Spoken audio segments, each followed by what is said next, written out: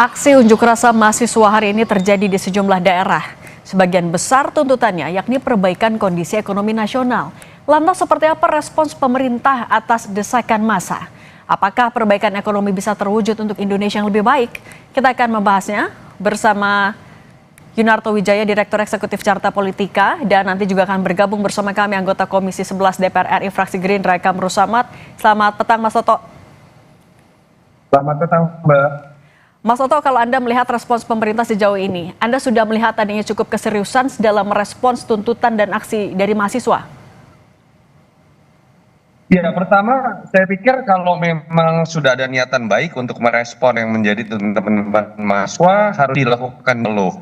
Harusnya pimpinan komisi terkait, harus pimpinan DPR mendatangi teman-teman. Kemudian teman mahasiswa mendatangi gedung DPR, termasuk pemerintah ketika sebelumnya kemarin jelas misalnya tuntutan mahasiswa UI yang tidak diterima karena kemudian yang dikenakan malah para aparat yang seakan-akan ya menempatkan teman-teman mahasiswa ini penyalur aspirasi masyarakat. Kenapa saya mengatakan mereka penyalur aspirasi masyarakat?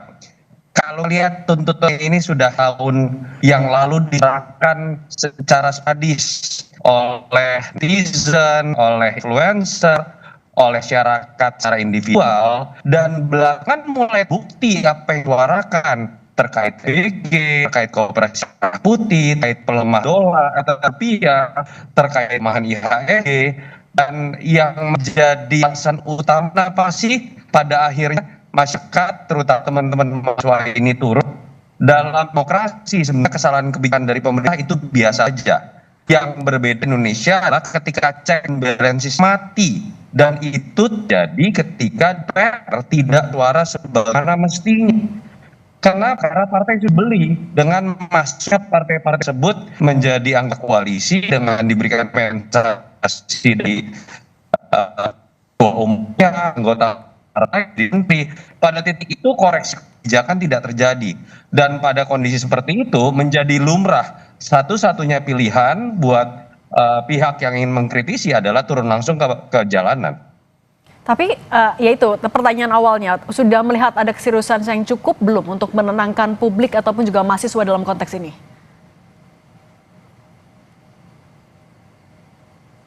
Iya, jawabannya adalah dari kebijakan.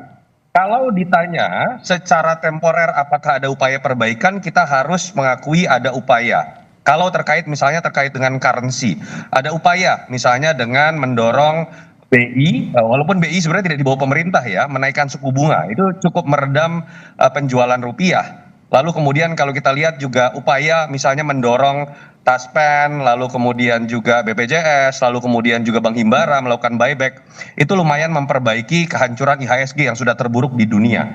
Tetapi problem utamanya sebetulnya kan adalah sentimen negatif. Salah satunya sebenarnya sudah dijawab kalau kita baca dari bagaimana lembaga kredit internasional memberikan outlook yang negatif dari Moody dan Fitch misalnya di Februari dan April, itu kan jelas adalah kebijakan fiskal yang ugal-ugalan, yang itu juga masuk dalam tuntutan teman-teman mahasiswa. Contohnya adalah potong atau bahkan hentikan program yang menghambur-hamburkan uang dan tidak tepat sasaran seperti MBG dan Kopdes. Yang saya lihat sampai hari ini belum ada kepastian berupa kebijakan yang sifatnya formal untuk menghentikan atau memotong seperti yang diutarakan atau diprotes selama ini. Kalau kita lihat misalnya pernyataan Menkyu dipotong dari 335 triliun MBG menjadi 268 triliun. Setahu saya dari awal pos anggaran itu memang hanya 268 triliun. 67 triliunnya itu ada di dana cadangan. Jadi jangan-jangan memang belum ada pemotongan.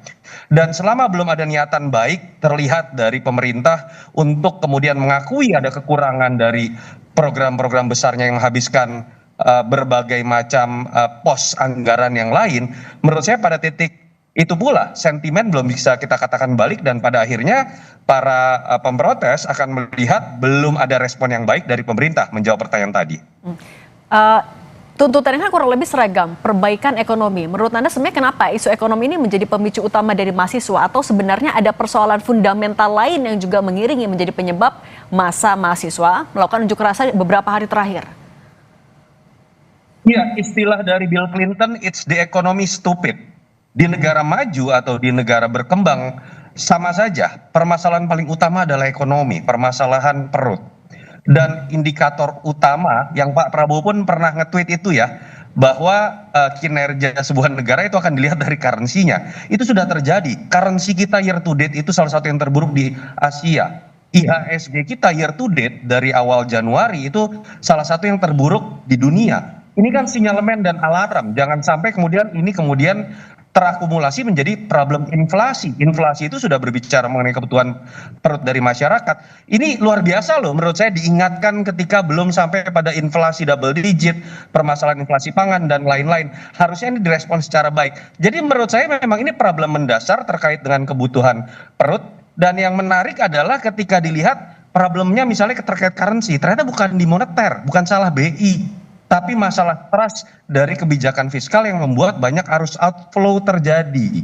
Yang kedua, kalau kita lihat kenapa sih sampai harus turun ke jalan? Karena tadi dalam negara demokrasi lain, ketika kesalahan dari kebijakan itu bisa dikoreksi lewat check and balance yang dilakukan oleh parlemen, di sini tidak terjadi. Kenapa? 85% kekuatan partai parlemen itu sudah dibeli. Dan itu menurut saya kritik bukan hanya terjadi pada zaman Pak Prabowo, zaman Jokowi juga terjadi, zaman Pak SBY juga terjadi, tapi skala paling ekstrim itu terjadi pada masa Pak Prabowo. Oke, kami juga sudah tergabung dengan politisi Partai Gerindra, Mas Hastrio. Mas Astrio, selamat petang. Selamat sore, Mbak. Apa kabar? Oke, Mas Astrio, ini kan aksi unjuk rasa mahasiswa kembali digelar hari ini di sejumlah daerah dengan tuntutan yang sebenarnya kurang lebih sama, perbaikan ekonomi. Respons Anda? Iya, Mbak. Jadi pertama-tama tentu saja Partai Gerindra menghargai kebebasan berpendapat dan juga aspirasi-aspirasi yang disampaikan oleh masyarakat.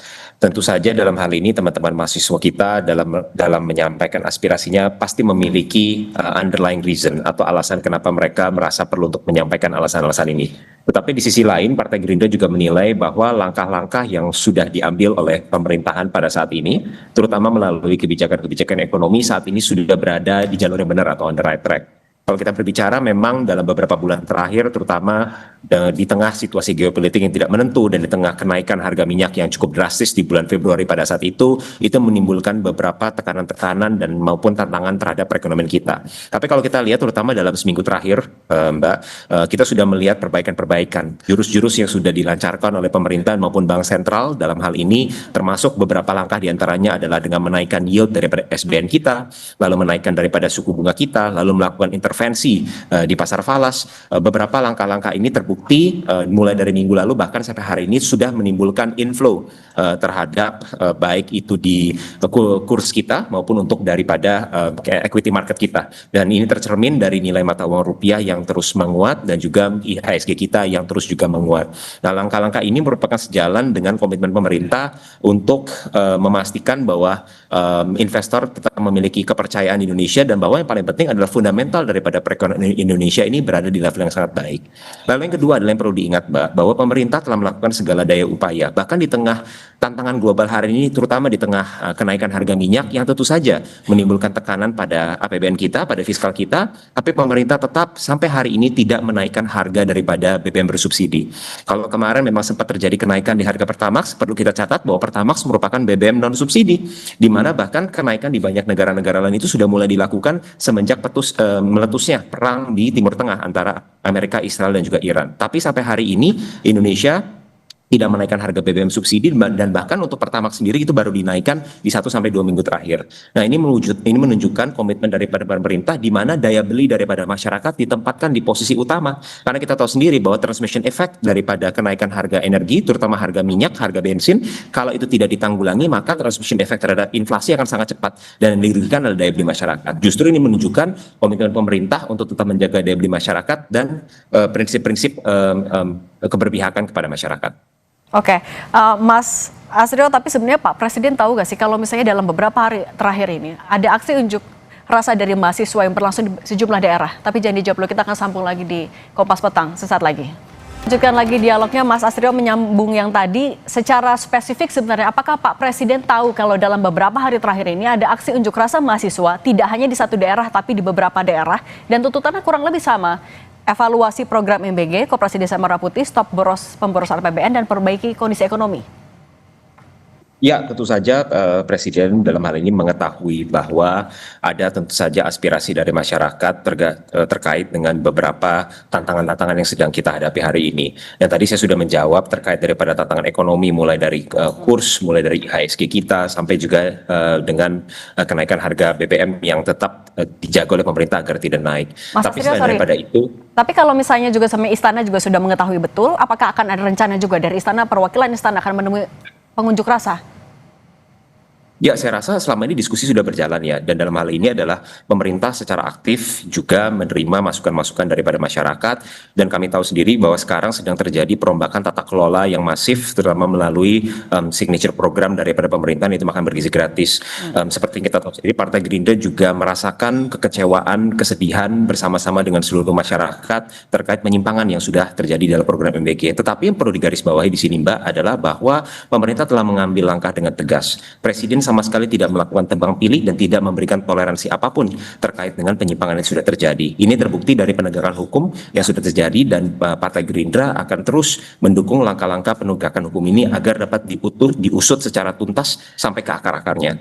Saat ini kita sudah melihat sendiri, kami kader-kader Partai Gerindra sudah bergerak sampai ke daerah-daerah, dan kami melihat sendiri bahwa banyak sekali masyarakat daripada penerima manfaat maupun supplier-supplier yang sudah diberdayakan secara perekonomian melalui program MBG ini berharap agar program MBG ini tetap dapat dijalankan. Tetapi kami juga mengetahui bahwa juga banyak PR-PR yang mesti dibereskan dari tata kelola ini. Banyak sekali yang selama ini PR-PR yang sudah menjadi catatan dari kami. Ini tentu saja kami mendukung langkah pemerintah untuk memperbaiki. Satu adalah tata kelola daripada pelaksanaan program MBG, tapi yang kedua adalah proses pengawasannya. Nah, di sini Mbak, kami perlu tegaskan bahwa pengawasan ini harus kembali diperketat. Bukan hanya melalui SOP maupun juknis yang sudah ditentukan oleh Badan Gizi Nasional, tapi ke depannya Partai Gerindra juga akan mendorong agar pengawasan ini melibatkan pihak eksternal. Bukan hanya dari pihak penegak hukum, tapi juga melibatkan civil society, masyarakat, dan juga NGO-NGO untuk kita sama-sama mengawasi program ini agar dampak dan manfaat daripada program ini dapat dirasakan oleh seluruh masyarakat Indonesia. Tapi Mas Astrio, kalau dari Partai Gerindra sendiri melihat aksi unjuk rasa mahasiswa ini mencerminkan penurunan kepercayaan kepada pemerintah kah? Ya, tentu saja ketika para teman-teman mahasiswa dan elemen masyarakat turun untuk menyampaikan aspirasi mereka, melakukan demonstrasi, itu pasti karena ada keresahan yang ingin disampaikan. Kami tidak menampik hal itu, dan memang ada tantangan yang bersifat dari eksternal akibat daripada gejolak geopolitik, tantangan-tantangan secara global dari konflik-konflik yang kita hadapin, kenaikan harga komoditas, maupun tantangan yang bersifat dari internal, dari penyimpangan tata kelola daripada program MBG yang sudah kita saksikan bersama-sama. Nah, tentu saja ini menjadi catatan yang kita akan dorong bersama-sama agar perbaikan tata kelola ini ke depannya harus benar-benar digencarkan, supaya bukan hanya kita tidak berbicara kepercayaan publik pulih, tapi benar-benar bagaimana caranya agar program ini dapat terlaksana dengan baik, sehingga dampak daripada secara short term untuk perekonomian dan juga secara long term untuk investasi di sumber daya manusia kita ini dapat terlaksana dengan baik. Dan kami hargai aspirasi dari seluruh elemen masyarakat, termasuk dari teman-teman mahasiswa yang menyampaikan aspirasinya secara publik. Kalau Mas Otto melihatnya bagaimana? Apakah aksi unjuk rasa dari mahasiswa yang dilakukan di beberapa daerah mencerminkan penurunan kepercayaan publik kepada pemerintah? Tadi sudah diakui ya oleh Mas Rio sendiri ya. Saya pikir paling penting begini, jangan sampai ada istilah buruk muka lalu asing dibelah, George Soros dibelah, apalagi mahasiswa dibelah. Podcast itu nyinyir, Indonesia itu tidak pernah gelap, matanya picek. Poin yang penting adalah kita lack of honesty. Kalau kita berbicara hargai upaya istilah Mas Astrio sendiri, minggu terakhir ada bahan, walaupun yang dijelaskan bukan dari si otoritas fiskal di bawah pemerintah, tapi dari bank sentral yang otoritasnya beda. Kalau kita lihat, pertanyaan soalnya kan adalah, kalau kita bicara IHG misalnya, crash terjadi dari akhir Januari harus minggu terakhir kesadaran. Kehancuran fungsi itu udah bulan lebih, karena baru seminggu terakhir kesadaran itu muncul. Dan kalau kita berbicara mengenai MBG sebagai salah satu contoh, apa yang kemudian ditemukan oleh Zulkifli Hasan, itu risetnya sudah ada, teman-teman Helios, bagaimana banyak pengamat sudah menyampaikan, ekonom menyampaikan, kenapa harus menunggu kemudian terjadi kerugian 1 triliun bulan? Seperti yang sudah disebutkan Zulkifli Hasan, kenapa sampai keracunan demikian banyak? Kenapa? Menurut saya bukan sekedar permasalahan teknis, bukan masalah sekedar perilaku korupsi dari seorang dan pimpinan yang lain. Ada keberanian untuk kemudian mendekonstruksi ketika kerusakannya sedemikian besar. Program ini apakah jangan-jangan secara mindset sudah salah? So, ketika berbicara mengenai obral SPG, ini bukan sekedar perilaku korupsi. Menurut saya kalau kita pelajari dari bagaimana pidato Pak Prabowo yang sangat membanggakan target kuantitatif dari penerima manfaat melampaui populasi Singapura, populasi Afrika Selatan, bangga mengakan Donald. Ini yang menyebabkan siapapun jadi kepala GN akan habis-habisan obral SPG, dan itulah kemudian jadi pada kerugian besar-besaran negara terakhir.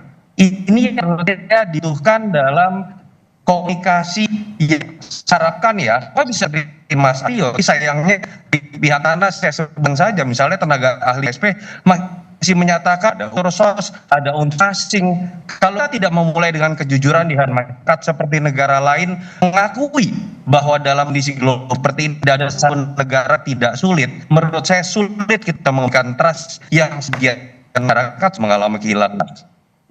Mas Astrio, ini juga kalau tadi ada penurunan kepercayaan yang dikhawatirkan terjadi saat ini dilihat dengan adanya berbagai aksi unjuk rasa. Bagaimana pemerintah akan bisa memastikan bahwa kedepannya perbaikan itu betul-betul dilakukan? Apalagi dari Kepala Bakom misalnya memastikan MBG tidak mungkin di stop. Bagaimana Anda akan menjawab itu sekaligus menenangkan publik? Ya, Mbak, pertama kita harus menyadari bahwa trust adalah sesuatu yang harus di-earn. Yang artinya adalah kita harus membuktikan kepada publik bahwa perbaikan daripada tata kelola itu akan dijalankan. Dan inilah harapan baru yang kita sama-sama taruh di dalam kepemimpinan baru di Badan Gizi Nasional, di mana Ibu Kepala sudah secara langsung dan secara personal menyampaikan juga beberapa penyimpangan-penyimpangan yang telah ditemui dan bagaimana strategi perbaikan untuk kedepannya. Juga yang kedua adalah misalnya ada terkait pembentukan daripada PT DSI. Ini adalah sesuatu program yang ditujukan untuk mencegah kebocoran devisa kita yang sudah terjadi selama berpuluh-puluh tahun. Bahkan data menunjukkan sejak 34 tahun terakhir setidaknya ada 15.000 triliun devisa kita yang bocor ke luar negeri. Nah, pembentukan dari PT DSI ini dilakukan secara bertahap, mulai dari uji coba saat ini sampai full enforcement di bulan Januari 2027 nanti. Dan tentu saja pembuktiannya nanti adalah di tata kelola. Penjelasan sudah diberikan bahwa PT DSI ini bertujuan untuk mencegah praktik under invoicing dan juga transfer pricing yang selama ini marak dilakukan. Tapi tata kelola ini harus dibuktikan dan kami yakin bahwa kedepannya PT DSI dapat mengambil mandat ini dengan benar. Lalu yang kedua, yang terakhir adalah saya tidak sepakat dengan apa yang disampaikan oleh Mas Yunarto bahwa pemerintah ini terlambat baru seminggu terakhir mengambil kebijakan-kebijakan terkait dengan tantangan-tantangan ekonomi. Kenapa misalnya contoh, kalau kita lihat selama ini ada pelemahan di dalam pasar SBN kita, ini kan merupakan salah satu bagian dari outflow yang bukan hanya dirasakan oleh Indonesia, tapi banyak sekali daripada emerging markets. Dan BI sudah melakukan beberapa langkah untuk menaikkan yield menaikkan suku bunga kita. Ya, pemerintah juga sudah secara bertahap menaikkan yield daripada SBN kita. Lalu yang kedua adalah adanya outflow juga dari capital market kita yang terjadi akibat dinamika daripada MSCI yang sudah terjadi sejak bulan Januari yang lalu. Dan kita tahu sendiri bahwa pada saat itu OJK, Bursa Efek Indonesia maupun SRO sudah langsung mengambil langkah konkret untuk memperbaiki transparansi daripada bursa kita maupun free float daripada kita. Dan ini merupakan suatu proses yang sudah diambil sejak berbulan-bulan yang lalu, dan kami tahu bahwa efeknya tidak mungkin instan. Tapi kepercayaan itu sudah mulai tumbuh kembali. Hasilnya kita sudah mulai bisa lihat terutama di seminggu terakhir ini di mana IHSG kita sudah menguat signifikan dan juga nilai mata uang kurs kita juga sudah menguat secara signifikan. Baik, Mas Astrio Valeja dan Mas year to date kita sudah sempat mengalami penurunan currency sampai 18.000, sekarang turun ke 17.600, itu that's my point. Kita sudah sempat paten di IHSG kita, lalu sekarang kemudian menjadi 30% year to date, itu bukan prestasi. Kita akui bahwa kalau berbicara mengenai bagaimana lembaga internasional mengatakan ada problem kebijakan fiskal yang bahkan berperbaikan dengan moneter yang harus diperbaiki, termasuk oleh mahasiswa, para ekonom yang singkali kemudian dijawab dan gaya-gaya jawaban migrasi, ada asing, ada Soros, tolong hentikan dan mulai yang itu lebih suka dan kemudian untuk presiden yang sekali akhirnya mengetahui kondisi sebagaimana mestinya yang menjadi aspirasi dari publik. Baik, Mas Yunarto Wijaya dan Mas Astrio Valeja, terima kasih sudah berbagi bersama kami. Sehat selalu. Terima kasih, selamat sore. Terima kasih, Mas Sastrio.